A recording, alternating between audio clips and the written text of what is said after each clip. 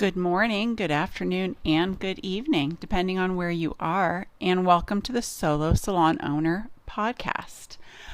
We are getting ready to start a series. This series is going to take us to the end of the year, possibly beyond. And I don't want to get too deep because in this series, we're going to talk a lot about systems and marketing and customer service. It's all individual for each of you. And if anyone wants an individual consultation, you can always contact me for that later. However, we're going to talk about 7 steps to building a business foundation. It is crucial that as beauty business people, we have a plan.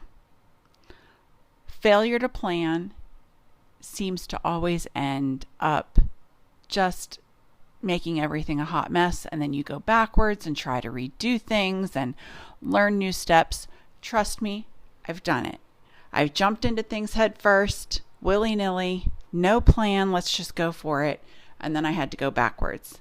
And there's still some things after 20 years in this business that I'm like, I didn't plan that really well, so I have to learn something new and go back and do a little bit of a redo or a fix-up.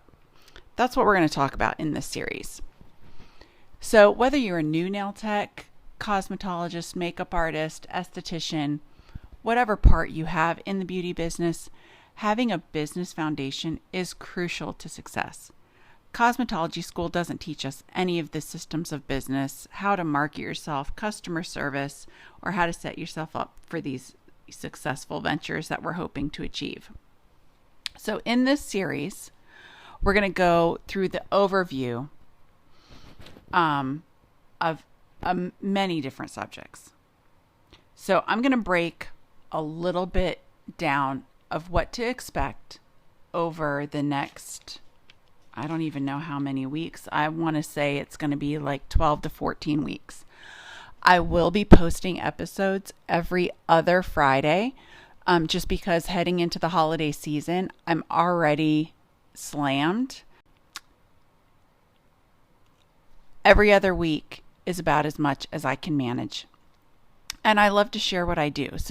So, don't take that as a negative, but it'll also give you time to listen and re-listen and maybe even download some things to work on in between those weeks. So you can either stay on track or pick and choose. Anyway, I wanted to go over what we'll discuss in the series. Each episode will do a deep dive. This can benefit, like I said, new businesses as well as checking in and evaluating current businesses. So the first deep dive is going to be know your why. If you follow me on Instagram at Solo Salon Owner, you will know that I love Simon Sinek. He is a motivational speaker, and he just thinks outside of the box. He sees things sometimes that we are sometimes as business owners not able to see. It's called, I like the term owner myopia. You just can't see it because you're deep in it. Knowing Your Why is a book that he wrote, and it really is, why are you here? Why do you want to work for yourself instead of others? What is your vision statement? What is your business plan? How are you going to set things up? How do you want to be treated? What are your boundaries going to be? You need to know these things before you can do anything else. If you've been in a situation that you're just not happy with, you know why you're not happy, but what's going to make you happy? What's going to fulfill you?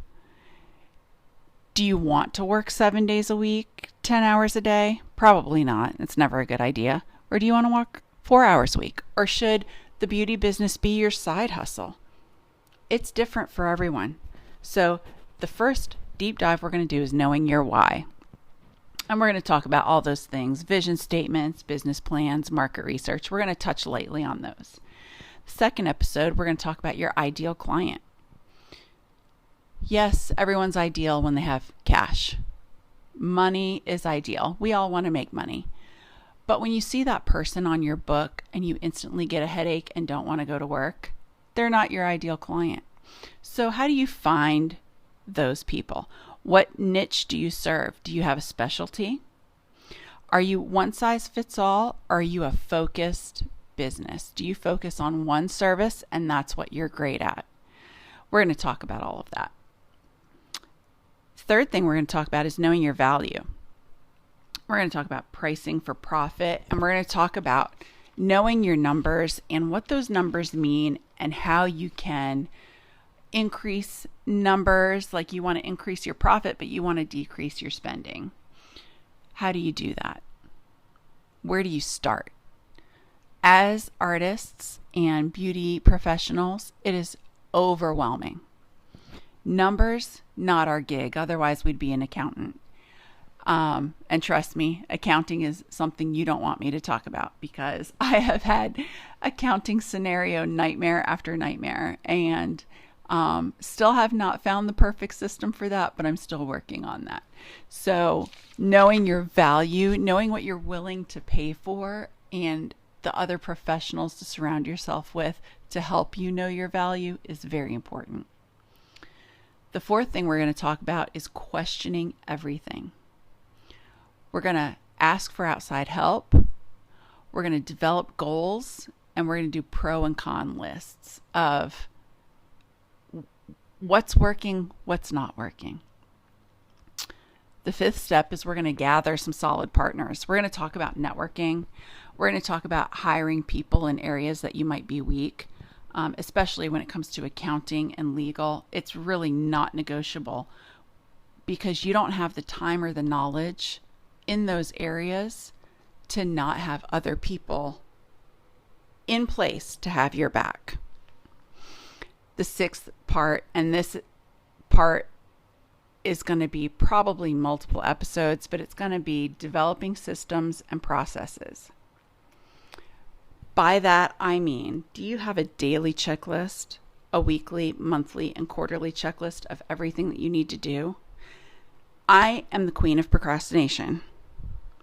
I can wait absolutely until the last minute to get things done. When it comes to tax stuff, if I don't have reminders at the end of every month to get stuff done, it'll sit and it'll compound and it will just build into this pile of massive work. And then it takes me 3 days of paperwork to do what I could have done a little bit each month.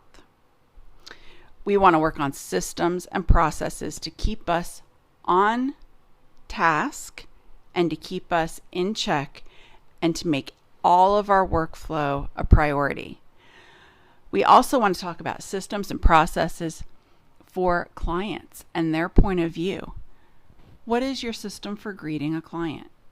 What is your client experience with communication and booking and checkout? Is it smooth?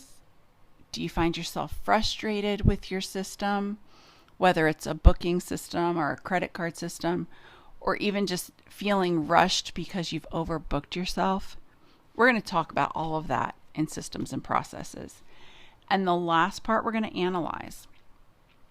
We're going to take all of those steps and really analyze where we need to focus.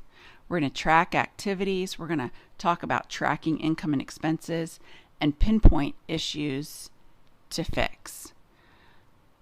So I hope you'll join me in this series.